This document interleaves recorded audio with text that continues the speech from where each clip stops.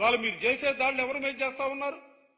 గ్రామాల్లో చూసినప్పుడు ఎస్సీలకు సంబంధించి కానీ, ఎస్టీలకు సంబంధించి కానీ, బీసీల మీద కానీ, మైనార్టీలని టార్గెట్ గా చేసుకుని, ఎందుకంటే ఈ వర్గాలన్నీ కూడా వైఎస్ఆర్ కాంగ్రెస్ పార్టీకి అండగా నిలబడ్డాయి. జగన్మోహన్ రెడ్డి గారి నాయకత్వాన్ని కోరుకున్నారనే భావంతోనే ఇవాళ మీరందరూ కూడా ఈ వర్గాల్ని టార్గెట్ చేసి మీరందరూ కూడా దాడులకి, వాళ్ళపైన దాడులకి ఇవాళ మీరు ముందుకు సాగుతా ఉన్నారు. ఇవాళ మొదటి నుంచి కూడా పేదలకి పెత్తందారులకు మధ్య జరుగుతున్నటువంటి ఈ పోరాటంలో ఇవాళ పేదలపైన పెత్తందారులు ఆధిపత్య ధోరణి చూపించడానికి, అడగదొక్కాలనే ఆలోచనతో వాళ్ళందరిపైన కూడా మీరు చేస్తున్నటువంటి దాడులు ప్రజాస్వామ్య వ్యవస్థలో మంచిది కాదన్న అంశాన్ని కూడా ఈ సందర్భంగా గట్టిగా చెప్పదలుచుకున్నా.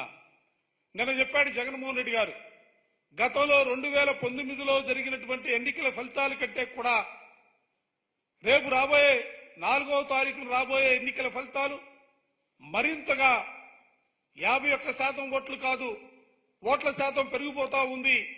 151 సీట్లు కాదు, సీట్లు కూడా పెరగబోతాయన్న అంశాన్ని చెప్పిన తర్వాత తెలుగుదేశం నాయకులు ఇవాళ కుతకుతలాడిపోతా ఉన్నారు. ఎందుకంటే జగన్మోహన్ రెడ్డి గారు చెప్పినటువంటి మాట, ఎందుకంటే 2019లో ఆయన ముఖ్యమంత్రి కాకముందే ఆ విధమైనటువంటి మద్దతు జగన్మోహన్ రెడ్డి గారికి దక్కింది. ఇవాళ 5 సంవత్సరాలు ముఖ్యమంత్రిగా పరిపాలన చేసిన తర్వాత కరోనా లాంటి కల్లోలం 2 సంవత్సరాలు ఈ రాష్ట్రాన్ని పీడించినప్పుడు కూడా ఈ రాష్ట్రంలో బహుశా దేశంలో ఎక్కడా కూడా లేని విధంగా పేదలకు సంబంధించినటువంటి అనేకమైనటువంటి సంక్షేమ కార్యక్రమాల్ని, అనేకమైనటువంటి పథకాల్ని ప్రజలకు అందించడం ద్వారా ఇవాళ ముఖ్యమంత్రి అంటే ఎలా ఉండాలనే భావన, ఆలోచన వచ్చినప్పుడు కూడా జగన్మోహన్ రెడ్డి గారి మాదిరిగా ముఖ్యమంత్రి ఉండాలనే ఆలోచన ఆంధ్ర రాష్ట్రంలో కాదు దేశంలోనే ఉన్నటువంటి పరిస్థితుల్లో ఎన్నికల ఫలితాలు రాబోతా ఉన్నాయి. రోల్ మోడల్ కాబోతా ఉంది ఆంధ్ర రాష్ట్రం. సువర్ణ అక్షరాలతో లిఖించే రీతిలో ఫలితాలు రాబోతా ఉన్నాయి. రేపు 4వ తారీఖున రాబోయే ఫలితాలు, ఎందుకంటే ఇది పేదలకు సంబంధించినటువంటి జగన్మోహన్ రెడ్డి గారు సింగిల్ గా ఒకే ఒక మాట, నా వల్ల నా ప్రభుత్వం వల్ల మీకు మంచి జరిగిందని భావిస్తేనే మాకు మా ప్రభుత్వానికి మద్దతు ఇవ్వమని పాజిటివ్ ధోరణిలో ఓటు అడిగినటువంటి సందర్భం దేశంలో కూడా ఎక్కడా కూడా లేదు. రాష్ట్రంలోనే మొట్టమొదటిసారిగా చూసినటువంటి పరిస్థితులు.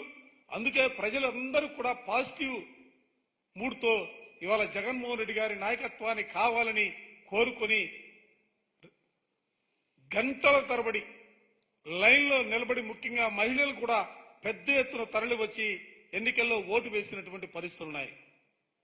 అందుకే నేను ఇప్పటికి కూడా వైఎస్ఆర్ కాంగ్రెస్ పార్టీ శ్రేణులందరికీ కూడా విజ్ఞప్తి చేస్తా ఉన్నాం, సమయం పాటించండి.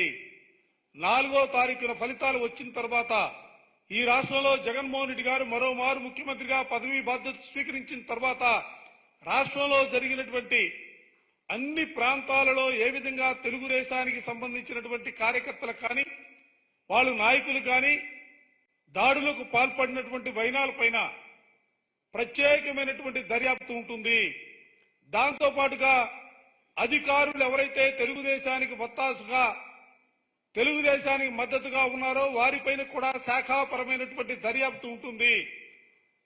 ఎవరైతే ప్రజాస్వామ్య విలువలను మంటగలిపారో వారందరిపైన కూడా దర్యాప్తు చేయించి కఠినమైనటువంటి చర్యలు తీసుకోబోతున్నామన్న అంశాన్ని కూడా ఈ సందర్భంగా చెబుతూ, దయచేసి ఎందుకంటే తెలుగుదేశం నాయకులు ఫలితాలు రాకముందే ఓటమిని అంగీకరించే పరిస్థితుల్లో ఇవాళ వాళ్ళ భావనలు కూడా ఉన్నటువంటి పరిస్థితులు కూడా ఈ సందర్భంగా చెబుతూ మరోసారి చెబుతా ఉన్నాం, సమయం పాటిస్తా ఉన్నాం.